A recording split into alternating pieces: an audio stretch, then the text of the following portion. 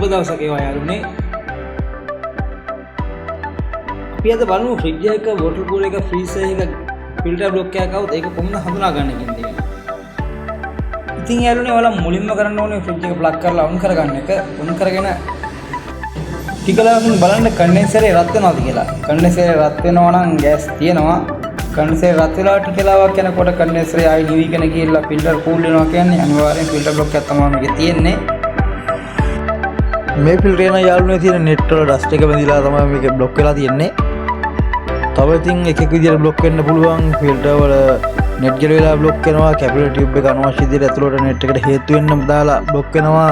ඒතර ඔයිල් ගහලා ෆිල්ටර් වල ඔයිල් පිරීලා එහෙම බ්ලොක් වෙනවා. ඉතින් ඔය කොහොම බ්ලොක් වුණත් අන්තිමට ෆිල්ටර් කූල් වෙනවා කියන්නේ ෆිල්ටර් බ්ලොක් එකක් තමයි තියෙන්නේ. ඉතින් යාළුවනේ මේ වීඩියෝ එකෙන් අපි කරේ කස්ටමර් ළඟට ගිහිල්ලා කස්ටමර්ට මේකට වෙලා තියෙන දේ පැහැදිලි කරන්න අවශ්‍ය තොරතුරු ටික විතරයි. තව මීට එහා තොරතුරු අපි හරියටම හොයාගන්න ඕන නම් අපි ෆ්‍රිජ් එකේ ෆිල්ටර් එක කපන්න ඕනේ. ෆිල්ටර් එක කපලා අපිට බලා ගන්න පුළුවන් නෙට් ගැලවිලාද මොකද කියලා හරියටම. මොකද සමහර අවස්ථාවල නෙට් ගැලවිලා තියෙද්දි පොඩි ප්‍රශ්න ෆිල්ටර් වල තියෙන ලාවල් තියෙනවා.